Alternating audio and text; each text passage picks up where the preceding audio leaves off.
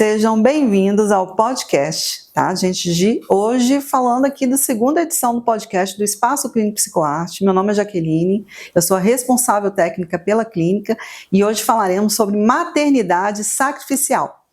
Tenho um prazer enorme de receber a Ana Lúcia. Seja bem-vinda, Ana Lúcia, psicóloga humanista do Centro de Psicologia Humanista de Brasília, minha convidada e parceira, né, de vários. De muitos anos, né, já que eu fui no consultório dela o ano passado, em 2025, hoje ela é minha convidada aqui no meu espaço. Agradeço muitíssimo o convite e já adianto que virei sempre que for convidada. Ah, fica à vontade, é um prazer enorme, não só essa parceria de eu estar lá com você também, no seu espaço. E vamos ver o que a gente consegue fazer, sempre torcendo para que o nosso melhor seja bom o suficiente, né, Jaque? Com certeza, seja uma construção de reflexão para você, mulher, que está aí nos assistindo.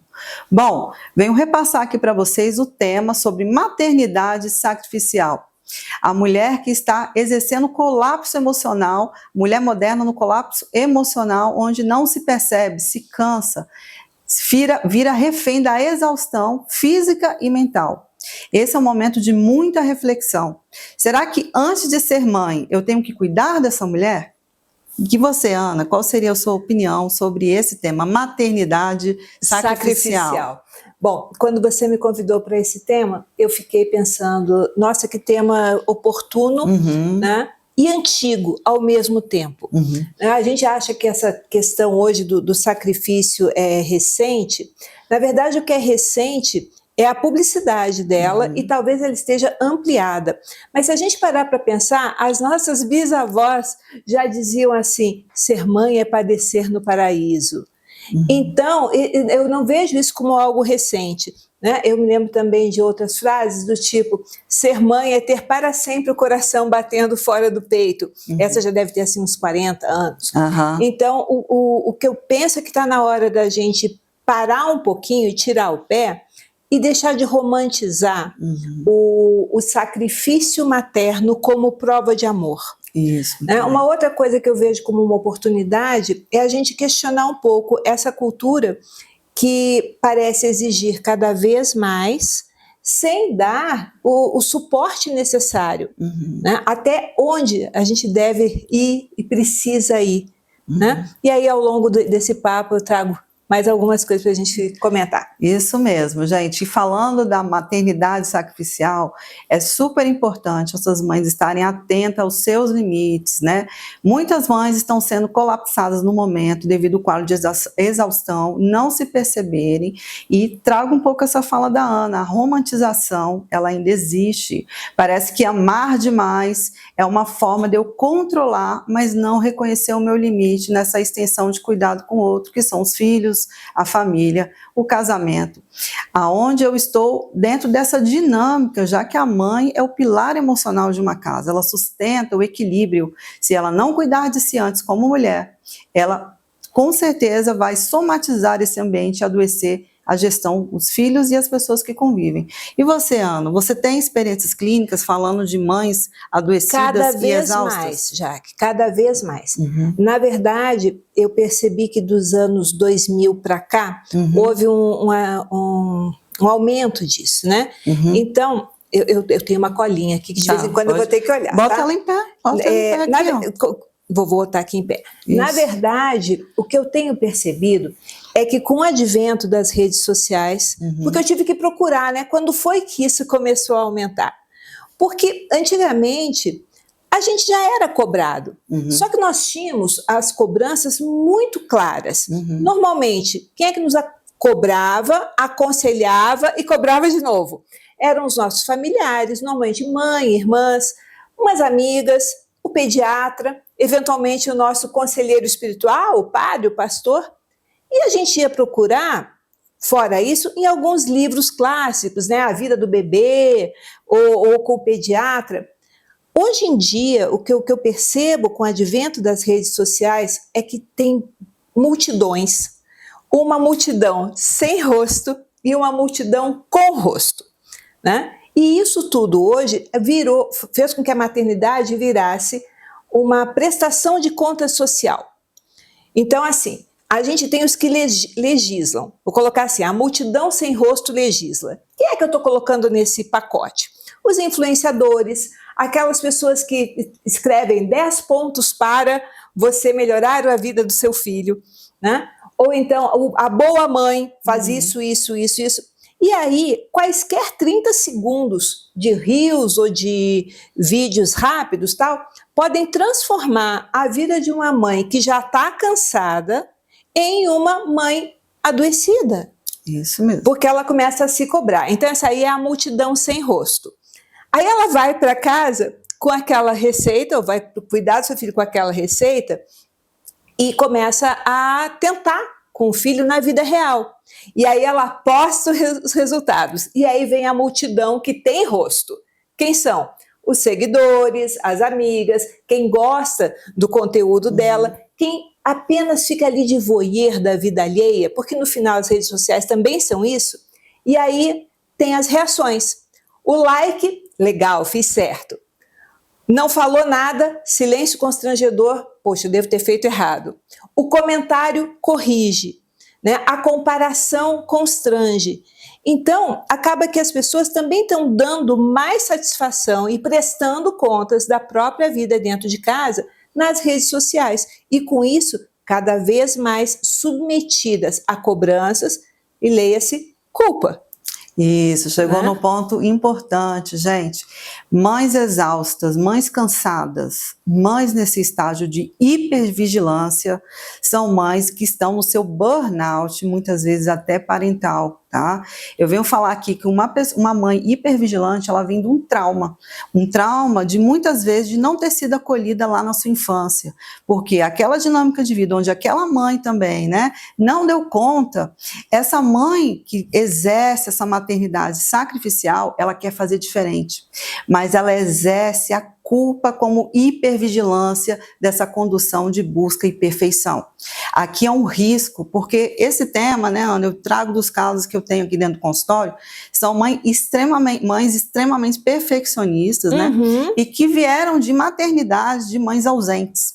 Então, a ferida emocional do abandono, da ausência, e se tornam assim, foram sobreviventes. E hoje eu quero fazer diferente. O que eu quero fazer diferente? Eu não quero ser a mãe ausente. Que eu tive. A mãe que eu tive, então eu vou ser essa mãe demais, excessiva, super protetora. Isso. Não deixar esse filho se desenvolver no seu processo de individualidade, né? Onde a autonomia é a base e segurança do apego seguro. E muitas vezes esse apego se torna um apego fragilizado. Então vamos lá, falando de mães muito frágeis, muito exaustas, porque a cobrança vem da culpa, né, Ana? Qual que é o seu olhar? Eu estava pensando sobre isso. Então quer dizer que Freud estava certo? Certíssimo. A culpa é sempre da mãe? A culpa é sempre da mãe. Mas você sabia que os filhos não gostam de ouvir essa frase? Claro que não. Até porque ela não é uma frase justa. Não porque assim, por mais que as mães tentem garantir as condições de vida necessárias para que aquele filho seja feliz, tenha sucesso, o filho não é resultado só da mãe. A vida forma, aliás, a vida também deforma. Então, a gente tem alcance até um determinado momento. Depois, essas crianças vão sair e vão para a vida, vão deixar de ser crianças e vão para a vida adulta. Então, não, a culpa não é toda da mãe, né? Embora as próprias mães se sintam nessa responsabilidade. Então, elas se sentem culpadas. O reforço a culpa é da mãe, vem das próprias mães. Da consciência. E vem também do social. Quantas vezes, e aí não é só a mãe, tá? É a mãe, é a esposa, é a dona de casa. Então, se o marido não tá... É a mulher moderna que trabalha fora de casa. É tudo. Então, assim, se o marido tá com a gola do colarinho amassada, a mulher dele que não cuidou. Se a criança faz uma bobagem na rua, fala um palavrão, é porque a mãe não educou. Se a criança não come alguma coisa porque não gosta, porque o paladar dela rejeita aquilo, a mãe que não ensinou. Então acaba que esse sistema se retroalimenta. A mãe sente culpa, sente que precisa prestar contas, os filhos fazem o que podem para obedecer ou não, porque vai depender de como isso passou, se ele é reativo ou se ele é cooperativo, e aí retroalimenta isso. Então, é muito complicado, né? Uma outra figura que me vem em mente para a gente pensar um pouquinho e que meio que se acabou, era da mãe suficientemente boa. Que saudade de Winnicott, né? E mesmo eu sendo humanista, mais um psicanalista para a nossa lista, mais né? um psicanalista. O Winnicott trazia a ideia da mãe suficientemente boa. O que era essa mãe suficientemente boa, já que você lembra disso? A mãe salvadora, né? A mãe que tem que se doar além daquilo que exerce também. Não, né? a de Winnicott era aquela mãe que ela ia só até o que era necessário, o suficiente, o suficiente. E aí ela desmanchava a figura da mãe suficientemente boa, ela desmanchava... A mãe desnecessária. Isso, a ideia de perfeição. Então, o filho aprendia que aquela mãe não é perfeita, aquela mãe tem limites, ela é suficiente, o resto você vai ter que fazer. Né? Aí a gente sai de uma mãe que era suficientemente boa, ela não precisava ser perfeita, para uma mãe admirável. Agora, as mães não podem mais ser apenas boas, elas têm que ser admiráveis. Elas têm que saber, né, que estão fazendo tudo o que podem e fazendo tudo o que podem da melhor forma possível. E que estão fazendo certo. Então precisa dessa aprovação o tempo todo? Isso, e essa aprovação constante, como você trouxe, das mídias, ela aumentou após pós-pandemia, né? Hoje estamos numa crise existencial do burnout, tá, gente? Onde a mulher, né, ela não reconhece o seu limite. Quando falo de mulher, porque a mãe, mulher, ela carrega muitas funções. É um cérebro multifuncional, então ela direciona essa energia para múltiplos fatores. E dentro dessa habilidade, que é desde a nossa infância, né? Essa questão, isso se sobrecarrega no sentido de eu não reconhecer o meu limite. E aí vem a maternidade romantizada. Porque a mãe não suficiente boa é aquela mãe que se torna uma mãe que permite seu filho ir para o mundo, né? Mas a maternidade sacrificial é o oposto, tá? É onde essa mãe, ela super protege porque ela acha que o que ela faz não é suficientemente bom. Exatamente. Então ela está sempre dando o filho o contexto de rituais, né, super protegendo, e muitas vezes, Ana, sabe o que eu ouço de adultos aqui dentro, filhos adultos que estão indo para a vida adulta? Eu fui criado dentro de uma bolha e agora estou na minha crise existencial de não saber como lidar com o mundo lá fora. Sim, sim, eu já tive clientes, já jovens adultos, né, dizem assim, eu sou um adulto disfuncional. Isso, muito bom. A ponto assim, eu não sei como os jornais saem de dentro de casa. Né? Eu me refiro a uma pessoa de 28, 29 anos que os pais foram... Às vezes a crise existencial está indo dos 17 para os 18 anos. Os pais foram morar em outro país e ele trouxe, deixou a assinatura do jornal para o filho se informar na época. Assim, eu não sei como é que os jornais saem de dentro de casa. E isso era uma questão existencial para o consultório. Né? Então, assim, não ocorria de que alguém amarrava ou tirava e colocava na escada, né? Ou colocava no lixo. Né? Eu tive uma outra pessoa também que eu atendi que não dominava os circuitos da casa. Né? Então, assim, a comida como chega na geladeira? E depois de estar na geladeira, como chega na mesa? Então, de não entender, porque tudo está sempre pronto. Isso. Né? E aí sim, nós tentando acertar, será que nós somos longe demais, a ponto de, tentando proteger, desprotegemos? Eu acho que essa é uma questão importante. É uma questão de reflexão, né? Mas aí vem uma parte muito importante, não existe perfeição. Existe aquilo que eu tento de melhor, mas reconhecendo que eu dei o meu melhor. Isso eu falo muito para crianças, adolescentes, até próprios adultos que vivem nessa dinâmica do... Eu tive pais também que não foram tão saudáveis, mas reconheço que ele deu o melhor que ele teve naquela época. E você pode fazer diferente com saúde, né? Isso, com equilíbrio, que essa é a base. Mas falando uma questão importante aqui, a questão das crianças, né? Hoje, essa mãe... mais que desenvolve essa autonomia da criança, é super saudável de reconhecer que a criança dá conta desde a infância. Sim, Quando você trabalha essa autonomia, isso começa lá desde muito pequeno, onde vai aparecer até no segundo campo, né, que é a fase escolar da criança. E quanto mais autonomia, mais segurança, né, Ana? Então essa mãe, ela vai se tornando o quê? Desnecessária. Porque muitas vezes é um trauma que se carrega. Eu exercer essa mãe dentro dessa maternidade sacrificial. É uma hipervigilância que eu não sei me desligar, mas eu estou no meu automático para continuar. E qual que é aqui a dificuldade dessa reflexão dessas mães? De reconhecerem os seus limites, de se permitirem descansar, mas tem uma história por trás, que muitas vezes é vinculada à história da família delas, que vieram dentro do seu histórico, dentro dessa sobrevivência, onde elas muitas vezes não se percebem, né?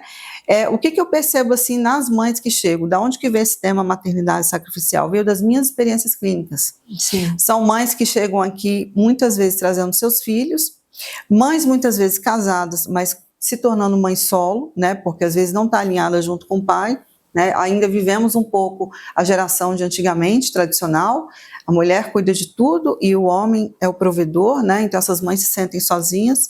E a crise existencial hoje das mães, né, que estão aí no seu quadro exaustivo do burnout parental, são as mães atípicas, né? O quadro de TEAs tem aumentado, os diagnósticos têm aumentado, o transtorno do espectro autista, e essas mães, elas têm tido colapsos emocionais, desmaios, rompantes até parar no hospital.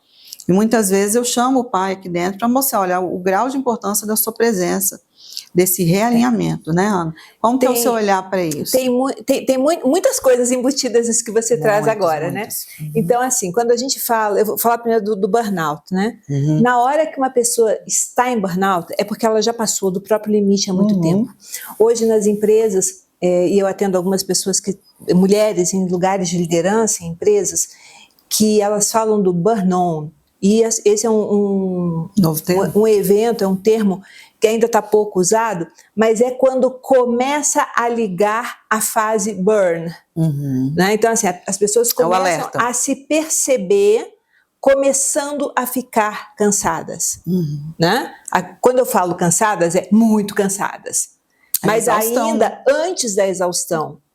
Tem a resistência. Quando ainda dá para parar, mas que não param pelo receio de perder lugares nas empresas, né? Enfim, aí não param no trabalho. Aí chegam em casa, também não param, porque a mãe que trabalha demais, normalmente é a que carrega mais culpa por não estar maternando tanto quanto ela pensa que a sociedade pensa que ela deveria estar, entendeu?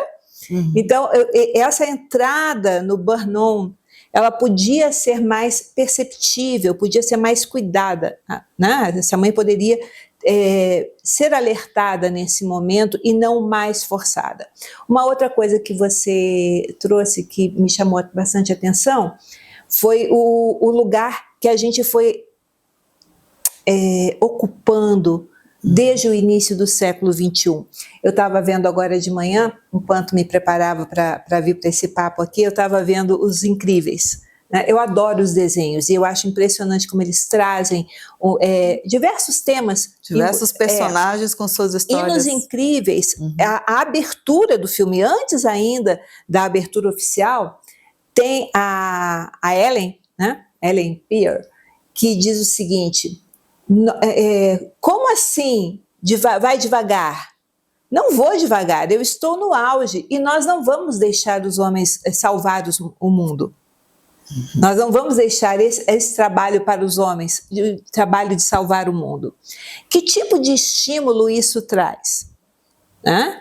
Até que ponto nós não compramos essa ideia de uma ideia que foi plantada também, entendeu? Sim, uma construção. E aí o filme seguiu, mais adiante eles vão casar, sem os personagens incríveis, né, sem os heróis. E aí ela brigou com ele porque ele estava atrasado e ele olha para ela e diz assim: ora, onde está a sua flexibilidade? Que é a característica do poder dela, né? Ela é a mulher elástico. E aí eu percebi assim, que interessante, porque até aquilo que era a maior qualidade dela, no momento em que ela estava brava, foi usado para cobrá-la. Onde está a sua flexibilidade? Logo você que é tão flexível, vem me cobrar agora a pontualidade? Então a gente foi também perdendo direitos. A nossa essência, né? Mais à frente, ela descobre que, enfim, que ele estava mentindo para ela e começa a chorar na frente da costureira dos uniformes. E a própria costureira, ao invés de acolher um pouco aquela dor, né, tudo bem, ela não é psicóloga, né, ela é só a costureira dos uniformes. Ela é um ser humano. Ela levanta e diz assim, você não pode sentir isso. Você é a mulher elástico. Lute, vá à luta, né? Vá atrás dele. Então, assim, não dá nem tempo de chorar. Porque você é a mulher elástica, você é a mulher maravilha, seja forte. Isso, a e mulher esse salvadora. mando do seja forte, impregnado ao longo dos anos, será que isso vem sendo saudável para nós? Então, esse seja forte, muitas vezes você ouve lá desde a infância, né? Sim. É a criança que não precisa de ajuda. Muitas vezes você dá conta disso sozinha e aí você se torna uma sobrevivente. E ao se tornar sobrevivente dentro de um abandono que você teve afetivo dos seus pais, a tendência é o quê? Eu me tornar salvadora no meu lugar de mãe. Eu preciso salvar tudo e todos, né? E aí vem essa mulher elástico, né, Ana? Exatamente. Que é onde ela não dá conta mesmo. Antes dela ser essa mulher elástico, ela é um ser humano que realmente precisa reconhecer os seus limites e precisa reconhecer as suas fragilidades para poder se permitir chorar e ser acolhida. E é interessante agora que vai ter um filme falando Se Permita Chorar, né? Vai ser lançado agora hoje em junho, que tem essas pessoas que são muito traumatizadas, que elas realmente ficaram nesse lugar, né, onde a mãe colocou, porque se é uma filha mais velha ou um filho mais velho, por que você não dá conta? Você é o filho mais velho, você é a filha mais velha, você dá conta, você é forte, você é saudável, né? E aí vai crescendo com esse estigma interno, essa crença, gente, né? Que eu vou colocar negativa, né, nesse sentido, por quê? Porque a crença vem das experiências, né, daquilo que eu vou adquirindo ao longo das minhas vivências. Aqui pode se tornar algo de sobrevivência, onde eu não me permito chorar, eu não me permito ser frágil, eu tenho que dar conta. E a geração atual vem um pouco disso, porque quando eu me torno sobrevivente, eu sou uma mulher que não peço ajuda. Exatamente. E aí, Ana, qual seria o seu olhar para isso? Até elástico tem limite, né? Até o elástico. Até o elástico. Você sabe por quê? Porque eu vivi uma experiência rapidinho, fazendo o link do estresse, né? Quando eu fiz esse projeto de estresse, foi da Marilda Lípido, que veio de São Paulo, e aí nós aplicamos isso numa instituição pública aqui de Brasília. Justamente, o nosso corpo é como se fosse um elástico, né? Que se eu não reconhecer o meu limite, esse elástico, ele se rompe. Ele se rompe. E aí, assim, falando de limites, aí acho que dá para a gente até virar um pouquinho o assunto, né? Porque não é só a mulher que tem limites. Criança precisa de limite. Porque aí a gente volta lá também, uma coisa que se diz assim, a minha liberdade termina onde a do outro começa, né? A minha responsabilidade vai até onde eu tenho que ir, mas eu preciso também delegar responsabilidade. E aí a gente tem visto um movimento também nas redes sociais de retirar a possibilidade da criança se autorregular e não dar limite para as crianças. Então circulou recentemente, até foi interessante isso, circulou recentemente nas redes sociais uma patinadora num concurso que ouviu a filha chorando lá fora e trouxe a filha para o meio do ringue de patinação e fez a coreografia em torno dessa filha. Você chegou a ver esse vídeo? Não cheguei a ver. Eu já ouvi falar dele, mas eu não me lembro. O que acontece? Algumas pessoas acharam que aquilo ali foi montagem, que ela já estava preparada para a filha participar, tal, um bebezinho. Mas algo em mim despertou, tem algo de errado nisso. Porque veja bem, Jaque, eu estou aqui com você agora. Hoje é sábado, à tarde, né? Se neste momento algum dos nossos filhos chamar, a gente criou neles resistência suficiente para aguentar agora não dá. Justamente. Né? Agora, imagine a gente parar um atendimento porque um filho ligou e está chorando. Quantas vezes um filho pode chorar e esperar um pouquinho pelo atendimento. É até salutar para ele aprender a se consolar. Se autorregular, né? O autoconsolo faz parte também da formação da maturidade. Mas hoje a gente não pode ouvir e já correu. A gente não, porque aí eu sinceramente me excluo disso. Mas eu vejo mães mais novas muito preocupadas porque o filho chorou. Porque também tem isso. O sistema de julgamento externo está tão cruel que todo mundo dá palpite sobre tudo. Uma mulher diz assim, estou grávida, basta essa frase. Ela é acumulada de perguntas. Vai ser parto normal? Vai ser cesárea? Cuidado com o corpo. Não vai estragar seu corpo. Você tem que fazer hidroginástica, você tem que fazer musculação desde o começo. Cuidado com o que você vai comer. Eu ouvi da minha tia, né, quando eu estava grávida do meu primeiro filho, que eu estava gorda. Eu respondi para ela, não estou gorda, eu estou grávida de 7 meses. Pois é, mas você ouviu da sua tia. Né? Hoje, as mulheres não ouvem só das tias e das mães. Não, ouvem da mídia. Ouvem da mídia, ouvem do desconhecido, ouvem daquele rio de 30 segundos que virou lei. Né? Aí o bebê nasce. Vai dar leite materno ou vai entrar com suplemento? É comida ou é bebida? E a roupa? E o aniversário? E a Maria Chiquinha? Aí até o tom de voz que você fala com seus filhos na rua está sendo observado. E para tudo tem uma receita. Eu enxergo hoje as mães na vida como se elas estivessem numa grande loja de departamentos. Né? Salve sua criança. E aí é como se ela andasse pelos corredores procurando a solução para o seu problema. Mas qual é o problema? O seu problema é de insegurança. Como ela tem uma insegurança própria e não consegue identificar, ela fica procurando qual é o problema do filho. E aí ela vai nas prateleiras, problema de sono, problema de alimentação, problema de comportamento, problema de fala retardada. Aí ela encontra na prateleira das soluções mágicas o livro 10 receitas para você controlar o apetite do seu filho, 10 receitas para tirar o seu filho diante das telas, 8 receitas, e se tiver um número, então assim, o número é a fórmula mágica para estar na mídia, né? Sim. É a fórmula mágica. Aí ela tenta aquilo. E aí começa mais culpa, porque a criança não cabe no livro, a criança não cabe naquela solução.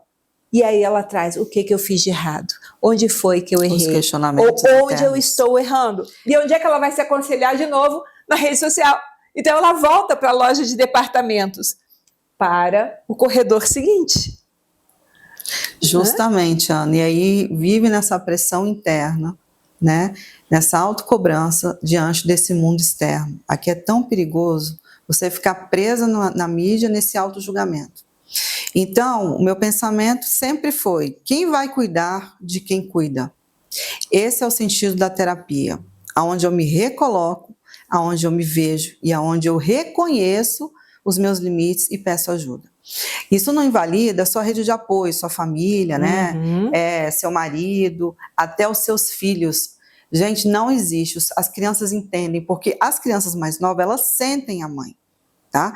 Mas as crianças ali, a partir dos 5 anos, você pode ter um diálogo com seu filho e falar, filho, hoje a mamãe está cansada, hoje a mamãe chegou no limite, e a criança com certeza vai te respeitar nesse sentido, porque você estabeleceu o seu limite. Eu adotei um projeto que é cuidar de quem cuida, porque quando eu comecei a ver essas mães colapsadas, né, ali num colapso emocional e não tendo rede de apoio, muitas delas me pedindo socorro, eu pensei comigo, não tem como eu tratar uma criança, aquilo que nós conversamos no início, sem tratar dos pais, tá, gente? Vamos falar aqui dos pais também, porque a figura do pai, às vezes ele tem uma referência da história dele. E será que ele pode mudar de lugar? Sim, ele pode mudar de lugar. Quando você explica, mostra a importância de como funciona o sistema familiar, a importância de cada peça, igual um jogo de xadrez, Isso. É onde você internaliza ali no outro. Eu preciso ser parte desse contexto. Eu não posso ficar sendo uma peça à parte da educação dos meus filhos, entendeu? Então, pai e mãe têm que estar alinhados. E estamos numa crise existencial agora, Ana, de jogos eletrônicos. Nossa, vício. Isso aí dá outro programa, né? Como que esse pai e essa mãe não podem estar alinhados? Porque a mãe, olha só uma coisa interessante, no consenso parental educativo. Uma mãe que não cuida dessa mulher, ela se torna uma mãe autoritária, sem paciência, no seu automático, irritada, cansada, ansiosa, e a criança... E culpada por estar sentindo tudo isso. Culpada, né? Justamente, culpada por estar sentindo tudo isso, ela volta para a culpa, né? Olha, não foi bom o que eu falei, e a criança fica assustada. Então, quando uma mãe se sente culpada, ela não exerce um poder educativo saudável. Já né? que você traz um ponto que eu acho tão importante, que é a individualização da solução. Né? Porque, assim, é claro que quem escreve está tentando ganhar algum crédito, alguma coisa assim, pode estar até tentando ajudar, mas não existe uma solução única para todos. Não existe. Né? Porque é o que você falou, cada quebra-cabeça tem o seu contorno, cada peça tem o seu contorno. Então, chega a ser injusto, de novo, a gente cobrar que as pessoas não façam isso sem saber qual é a circunstância, qual é o contexto de vida dessas pessoas. Isso, por isso que é um contexto de avaliação, gente, muito individual de cada sistema familiar e de cada pessoa parte dessa família como uma peça, né, de um quebra-cabeça. E é isso. Eu acho que tem que ser um trabalho que tenha uma fase que seja individual, uma fase que seja familiar, porém, escutar e estar com outras mulheres também fortalece. Mas não só mulheres superpoderosas, porque o problema das superpoderosas é que elas ficam tentando uma se sobrepor à outra. Num grupo terapêutico, você tem a possibilidade das fragilidades aparecerem, das capas de Mulher Maravilha e do cinto dourado ficar do lado de fora. Excelente. Né? E aí baixar um pouco as defesas. Então, excesso de igualdade. Né? Exatamente. Então, eu acho que essa conjunção do cuidado individual, quando eu digo individual, família a família, mulher a mulher, relação a relação, e também estar com outras mulheres que compreendam desse ponto de vista. Né? E aí, quando me pergunta assim, bom, e o que a gente faz agora, né? O que a gente faz para não fazer mais do mesmo? O que a gente faz para não ter uma receita pronta? Eu acho que a primeira coisa é assim, calma, você não precisa resolver tudo sozinha. Justamente. Né? A gente está junto nisso. Né? E outra é se perguntar, quando é que muito já é demais? Esse é o reconhecer o limite, gente. Quando muito já é demais. Isso aqui faz todo sentido para essa mulher que está na sua autoexigência, né? E como a Ana falou, a questão do burnout, tem um burnout, né, Ana? É, o burnout. Burnout, onde eu chego no estágio assim do pré, né? E aqui eu estou já muito cansada, eu quero chegar à exaustão final, que é onde eu estou acabada. Eu falo porque, assim, essas mães atualmente, que não chegam nesse burnout, né?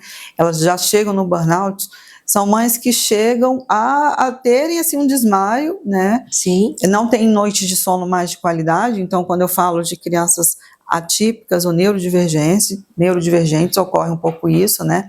É uma criança, um adolescente que tem um desenvolvimento cognitivo um pouco mais infantilizado, então acaba que exige mais essa mãe, e essa mãe ela precisa de ajuda, né? Ela precisa de rede de apoio, porque ela não dá conta sozinha.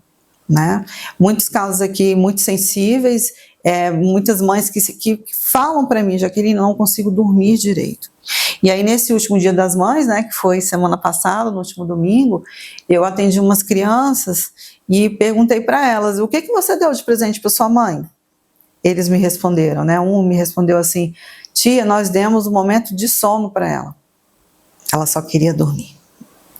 E aí após atender essa mãe, ela me falou assim, não é que eu só queria dormir, é que eu não tinha força de sair da cama e acordar. Eu estava exausta, né? Então, para você ver assim que nós devemos também, né, Ana, assim como mães, compartilhar as nossas necessidades como ser humano. Não é verdade? Você sabe que, falando de presente Dia das Mães, a minha filha já compra o próprio presente, né? Eu já não preciso mais orientar. E, na verdade, eu nem estava esperando ganhar nada, afinal de contas, já todos adultos. E aí, no café da manhã, ela chegou e colocou um envelope do lado da minha xícara, né? E o que é isso, Fila? Feliz Dia das Mães. Quando eu abri, era uma massagem. Ah, que delícia! Um momento de massagem com pedras quentes. Então tem um reconhecimento da humanidade da mãe, né? E isso é bem interessante, porque a gente vem passando por um momento o sentido de, da mãe, né? de bastante trabalho, né? Assim, ela me vê trabalhando muito, ela também. E aí eu perguntei, você comprou para você também? Aí ela disse, não, eu comprei só para você. Falei, não, então eu vou comprar a sua para a gente ir junto, porque é um momento de desfrutar também, né? Com certeza, essa identidade afetiva. É.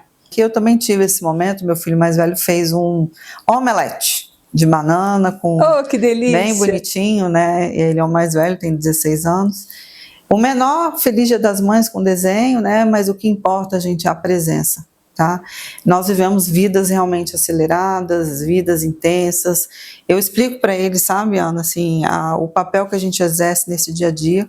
Eu crio os meus filhos dentro de um processo de autonomia desde a infância, no sentido de cada um ajudar em casa. Sim. Né? Eu não tenho empregada doméstica em casa, eu tenho apenas uma faxineira. E eu acho que essa participação e essa integração da família é uma forma integrativa de até essas crianças e adolescentes começarem a saber o valor da conquista e do seu exercer o seu autocuidado também. Né? Às vezes tem queixas escolares de crianças que não conseguem arrumar o próprio material escolar. Sim. Por quê? Porque alguém arrumou. Quem que arrumou? A mãe. Eu atendi, né? Uma vez um menino... E aí isso torna-se um problema. Que ele... E coisas que a gente vai percebendo assim no atendimento, né? Entendi. Nós estávamos jogando a dedonha, que é um jogo normal, assim, que se joga em consultório, e caiu na letra N. E na fruta ele jogou lá um nata. Eu digo, não, nata não é fruta. E ele disse assim, é sim, tem sorvete de nata. Ou seja, ele não sabia o que era nata. Né? E essas coisas a gente aprende aonde? Na mesa com a família. Justamente, né? A integração da família. Na integração ali. Né? Enfim, esse foi um caso. E teve um outro menino também, já dos seus 6, 7 anos, que olhou para mim durante a sessão e disse assim, eu estou com fome e eu não posso sentir fome. A minha mãe disse que eu não posso sentir fome. O menino tinha diabetes. E eu perguntei, você trouxe algum lanche? Ele disse, trouxe. E me entregou uma banana. Eu falei, então coma. Aí ele, mas tem que cortar para mim. Eu falei, abre a banana e come. Ele disse, eu não sei abrir a banana. Aos 6 anos. Nossa, bem grave. Né? Então, assim, são pequenas atribuições que poderiam ser feitas pela criança, mas que não fazem mais. É o fazer demais, né, Ana? É quando a gente passa por cima da capacidade de desenvolvimento da criança, né? Chega a ser quase uma irresponsabilidade com ele, porque é uma habilidade que ele não está desenvolvendo. E aí me lembrei a outra coisa que eu ia falar. Embora eu faça uma crítica muito veemente, já em alguns textos, eu tenho textos publicados no LinkedIn sobre isso, sobre o quanto o depósito do meu valor nas redes sociais vem adoecendo as pessoas. E esse trabalho aqui vai, obviamente, virar um texto também que vai para o LinkedIn. Eu gosto das redes sociais. Eu acho que há algo de construtivo. Com certeza. Né? Então, não é demonizar as redes sociais. É sim colocar um olhar cuidadoso para aquilo que a gente delega sobre a própria autoestima. E aí, ontem, rodando, né? Parece que assim, as redes sociais sabem o que a gente está pensando, né, gente? Isso é o tal do algoritmo. Apareceu para mim uma figurinha de uma nadadora. E ela dizia assim, porque nadava tão bem, ninguém percebeu quando estava se afogando. Porque ela nadava tão bem, não precisava de ajuda. Ninguém percebeu quando ela estava se afogando. Né? E eu achei isso tão significativo, porque normalmente essas mães que estão muito cansadas são mães muito eficientes. São mães que não aceitam para si menos do que o ótimo.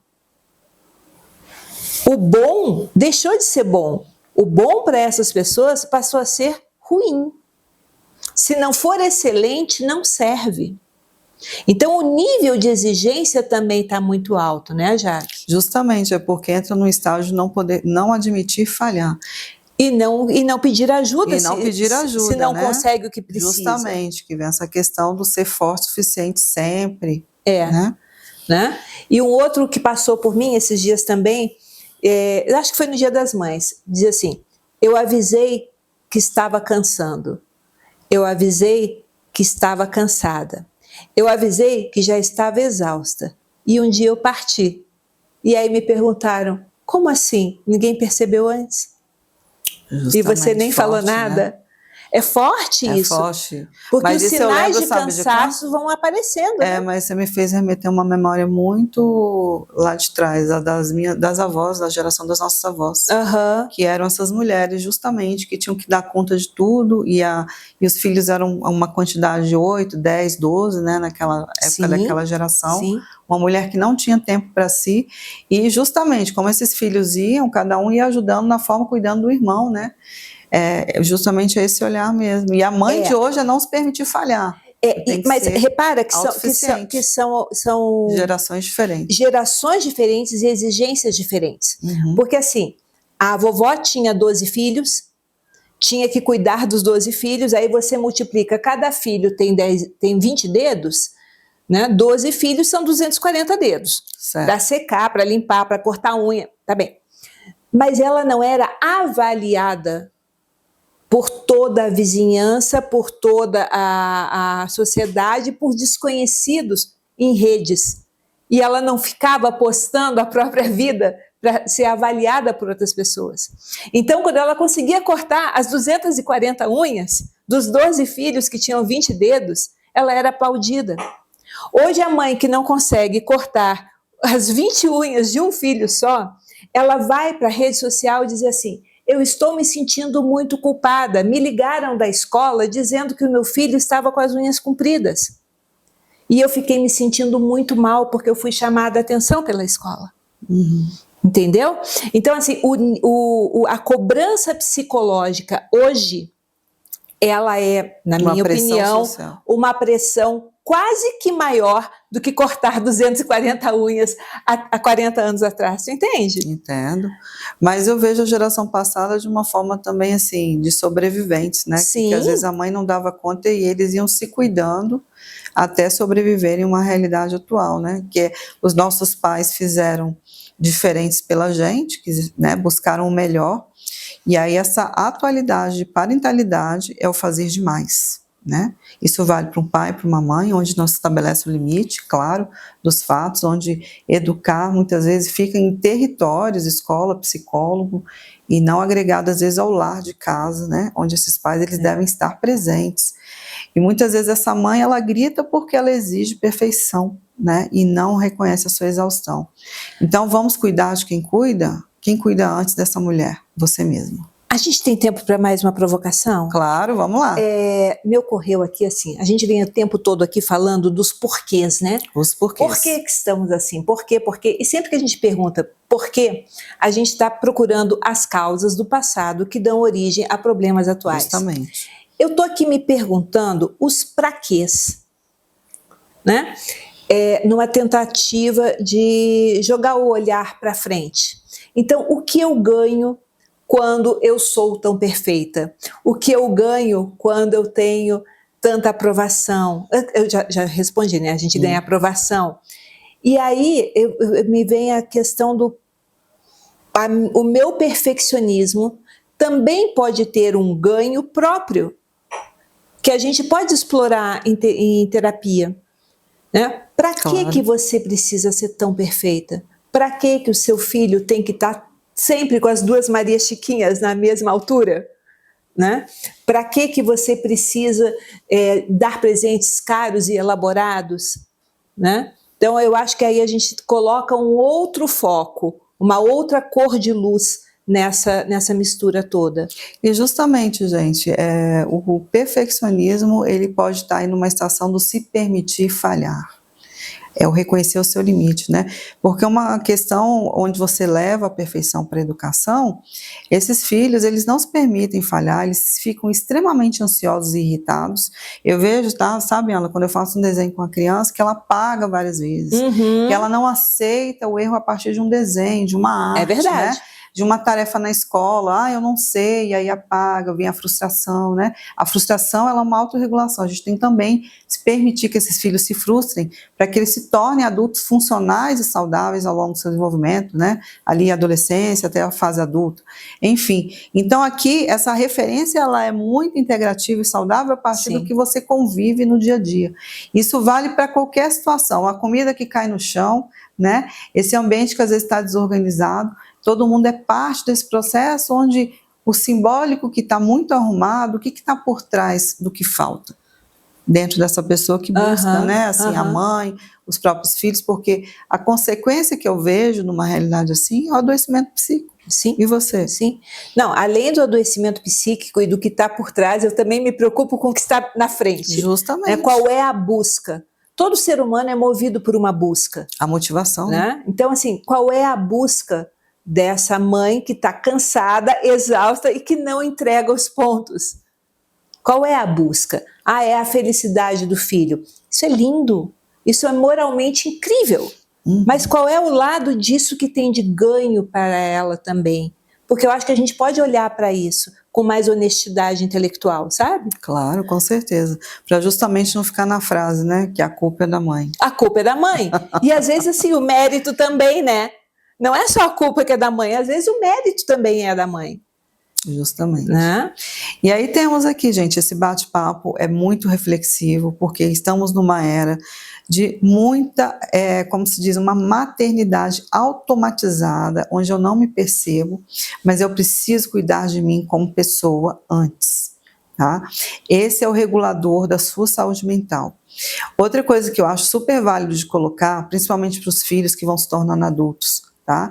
Heranças emocionais, não devemos nos prezar, que às vezes eu ouço queixas assim, muitas vezes a mãe que se doou demais, naquele dilema, você vai cuidar de mim até o final? Nossa! Gente, isso aqui é uma dívida emocional, mas tudo que é construído saudavelmente, o cuidado vem espontaneamente. Não por obrigação, porque se essa realidade ela também não for saudável, eu falo, os pais pagam um preço alto, a relação será por obrigação, tá? Os filhos podem até estar presentes. Você trouxe uma cena muito importante, Ana, a questão da mesa. A mesa é um lugar, gente, de integração da família, é um olhar, né? A comida é o afeto, né? Que é o momento que a gente troca ali, conversa, tem um olhar para o outro, como é que você está? E até olhar para essa mãe. Deixa eu olhar para minha mãe, né? Como é que está minha mãe hoje? Como é que foi o dia dela hoje? Né? Enfim, temos aí diversos temas aí, mas você mulher, você mãe, esteja atenta a si, porque você é o pilar dessa casa, mas você tem que cuidar de você antes, né? Até porque o colapso emocional é o burnout. Chegar no burnout é onde você se desliga. Eu tive burnout, eu falo isso com muita propriedade, porque eu tive na pandemia, eu cheguei no meu colapso emocional, e a partir dali eu me dei, assim, equalizei assim, o que eu preciso ter de qualidade de vida para eu mudar essa realidade, porque quando você não muda, não é mais você que vai pensar o que é melhor. É simplesmente um adeus que não tem retorno. Isso aqui é muito grave. É muito sério isso, muito né? Sério. E eu queria estender essa reflexão, que eu até acho que as mulheres têm pensado sobre isso, sabe? A gente não está conseguindo muito sair desse redemoinho, desse labirinto. Porque esse labirinto, esse redemoinho não é formado só por nós. Não. Né? Então eu queria estender essa reflexão à própria sociedade, as pessoas que circundam as mulheres fazem parte da sociedade, sabia? Isso é uma coisa importante, né? E os psicólogos que, eventualmente, na ajuda, acabam pressionando mais. Muito disso que a gente está vivendo hoje é resultado de movimentos provocados por psicólogos também. Bom, gente, aí a questão, o psicólogo, dentro do seu papel, né, ele tem uma questão que é muito forte, tá? Quem sabe da verdade que traz é o paciente. E nesse lugar é inquestionável você descrever a dor, se aquela dor é correta ou não, é inquestionável. Isso eu falo para todos os meus pacientes. O que você sente é inquestionável. Você é dono da sua verdade. E cabe a nós acolher, né, Ana? O que eu ia colocar era o seguinte, que os psicólogos, com o tempo, foram colocando, não, você pode, na tentativa de incentivar, acabaram criando mais obrigações para as mães, entendeu? Para as mães, para as mulheres. Então, assim, você pode ser autossuficiente, você vai conseguir. O incentivo tem horas assim, olha só, para e olha o seu tamanho. Esta tarefa é hercúlea, é grande demais. Talvez seja a hora da gente voltar 2 casas no tabuleiro. Né? Então, é nesse sentido que eu acho assim, que em determinado momento os próprios psicólogos, ao tentar ajudar, né, vão longe demais e acabam por pressionar. Eu já tenho uma visão diferente dentro do que eu aplico, acho que você também, né, essa parte, porque eu acho que a exigência ela está na consciência. Se eu não tiver rede de apoio aqui fora, se eu não puder, né, trabalhar de uma forma leve isso dentro do meu espaço de terapia, o que eu vou fazer lá fora ou qual percepção que eu vou ter de mim. Então, esse apoio, né, por mais que seja motivacional, nesse olhar, vai lá, ingresse, faça a sua parte, elas precisam de acolhimento. Né, para ter esse pertencimento. Eu trago o papel do psicólogo ao longo dos anos. Com certeza. Né? Então, assim, que fragilizou mais as crianças, que tudo é trauma, não pode... Né? A criança não pode ter limite. Hoje a gente está lidando com a legião de crianças sem limite. Não pode brigar, não pode bater, eu concordo, não pode bater. Né? Agora, não pode reprimir, olha como é que você fala. Então, assim, acabou que a gente foi ficando muito cerceado naquilo que sabe que está vivendo dentro de casa pelo receio do julgamento externo que não conhece as condições. Entende? Eu acho que é muito fácil a gente dizer para a mãe, pare, quando ela tem 5 filhos e não pode parar. Né? Ou quando ela tem 3 filhos e criando sozinha, fazendo o melhor que pode, e alguém diz assim, mas essa mãe aí, ela não vem conversar na escola. Esse olhar da escola para as mães tem que ser um olhar muito de acolhimento, porque as mães atípicas são as mães mais exaustivas e desesperadas, hipervigilantes, diante dessa ausência de acolhimento escolar. Essa semana eu tive um caso aqui, né, junto a uma instituição, e eu tive que ter uma reunião com eles explicando um pouco desse olhar de empatia e acolhimento, porque as famílias entram em sofrimento. A mãe batalha pela essa inclusão. E se essa inclusão não ocorrer por parte da escola, eu me sinto desamparada. Então, esse olhar, ele tem que ser um olhar amplo, né, para que, de fato, você, até a instituição, escola, esteja ali, estou te vendo, conte conosco, né, muitas vezes sem necessidade de intervenção de um profissional, né, Ana, ser um olhar mais empático, acolhedor, nesse sentido, porque das mães atípicas ou das mães neurodivergentes, está tendo um déficit social escolares aí e, de fato, essas mães têm ficado mais, assim, sobrecarregadas no sentido de preocupação e negligência. E elas continuam precisando cumprir todos os outros papéis. Isso. Né? Mas é nesse lugar que eu vejo, reconheça o seu limite, até onde você pode chegar. Até porque, né, se eu não reconhecer o meu limite, ninguém vai reconhecer por mim. E vai até cobrar mais. Justamente. Então, o posicionamento vem de você mesmo. O posicionamento vem de você mesma, com o auxílio de outras pessoas, e a solução não está só em você. Claro, isso é fato. Né? Então, eu acho que a gente precisa de um olhar cultural mais cuidadoso em cima disso. Isso. Né? E parar com a ideia de que, ai, que mãe linda é essa que está sofrendo. Gente, o sofrimento não é lindo. Isso aí A abnegação como sofrimento não é lindo. Justamente. É escravizante. E aí vem um pouco da maternidade romantizada. O que se vende, às vezes, na mídia, onde eu sou uma mãe e estou transpondo aqui, né, essa imagem de sofrimento, e as pessoas, nossa, olha só, né? E, na verdade, uma coisa também importante, famílias perfeitas não existem, tá, gente? Fotografias no Instagram de famílias perfeitas são demais, mas a família real, ela está dentro de casa, tá bom? E o que é perfeição, ao final das contas, né? Verdade. Qual é a família perfeita? Não existe. Qual é a família perfeita? Não, eu até acho que existe dentro... Não, eu acho que até existe dentro da realidade que é possível, Né? Então, dentro do que é possível na minha casa hoje, é possível uma casa super arrumada? O que eu busco é o equilíbrio, né? É o equilíbrio, assim, essa é a perfeição. Seria uma forma saudável de ver os fatos. Mas né? Visto por fora, sempre faltará alguma coisa. Sempre faltará alguma coisa, justamente porque o que falta faz você buscar mais, mas com equilíbrio, tá? E vamos aqui fechando o nosso podcast, né? Nossa etapa Muito final. rápido isso. Você achou rápido? Eu achei rápido. Você quer falar mais? Não, acho que tá bom de falar por agora, mas eu achei rápido. O que é bom, gente, é assim mesmo, dura pouco, mas o que é satisfatório de transmitir para vocês informações reflexivas, vale muito a pena, né, Ana? Vale, que esse é o canal da mídia, onde a gente se prepara para estar aqui, transmitir informação de uma forma educativa, né? Onde você que está aí nos assistindo, é muito prazeroso da nossa parte, mas é muito mais significativo de passar essa informação até chegar a você. Né? Eu acho importante assim, deixar como mensagem final essa coisa da autopercepção. Assim como eu passo o Instagram, eu sei que muitas pessoas passam também, né? Vão olhando. Só que parece que o que é negativo nunca se aplica a mim. Né? Ou, ao contrário, o que é negativo só se aplica a mim.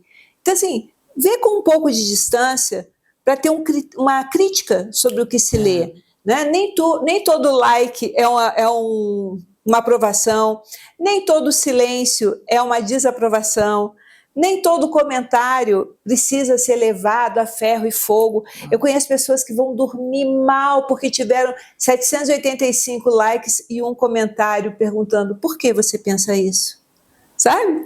Então, assim, não coloque tanto o seu valor nas redes sociais, especialmente das pessoas que nem te conhecem, não têm ideia do que é a sua vida. Com certeza, e aí vale, gente, essa validação de mundo real, né?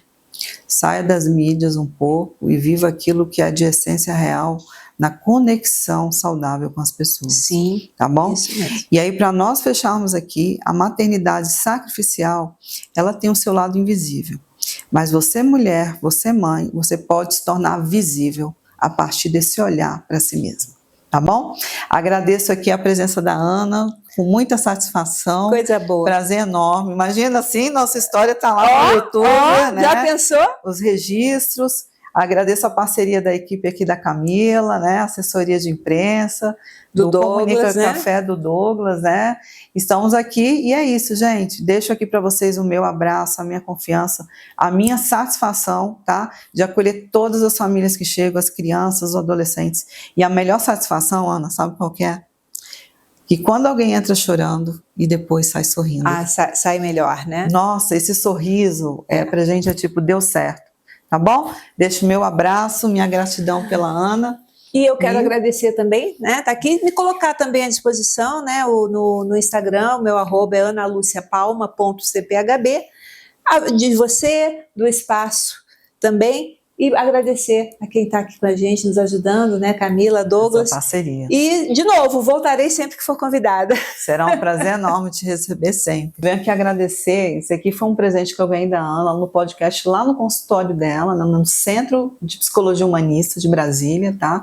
E eu fiquei tão surpreendida que não tinha como, Ana, eu trazer a caneca para homenagear você, essa gentileza, querida, essa extensão de carinho. Vamos brindar. Vamos brindar o nosso encontro. Eu trouxe essa aqui, hoje é diferente, que foi a do lançamento do livro. Ah, muito legal. Né? Então, eu não sei se eu posso usar o espaço. Pode, por favor. Eu tenho um livro que se chama De Volta à Terra, onde eu relato, né, questões que uma pessoa que recém recebeu um diagnóstico do câncer passa, e dou algumas ideias de como fazer essa travessia do tratamento de uma forma um pouco mais leve. Mais humanizada. Né? Mais humanizada, sim, e mais autônoma, né? Porque assim, o fato da pessoa estar doente, ela não virou incapaz. Com certeza. Né? Então, de devolver a ela essa humanidade. Claro. Né? Então, esse aqui foi o que tem o livrinho. Ó. Ah, que lindo. Ele é diferente, tá vendo? Nossa, muito bom. Então, de vez em quando eu faço umas canecas assim para comemorar. E foi muito bom ter recebido você lá no CPHB também. Então tá, gente. Tá bom? Gratidão Obrigada, por hoje. gente. Obrigada, até breve.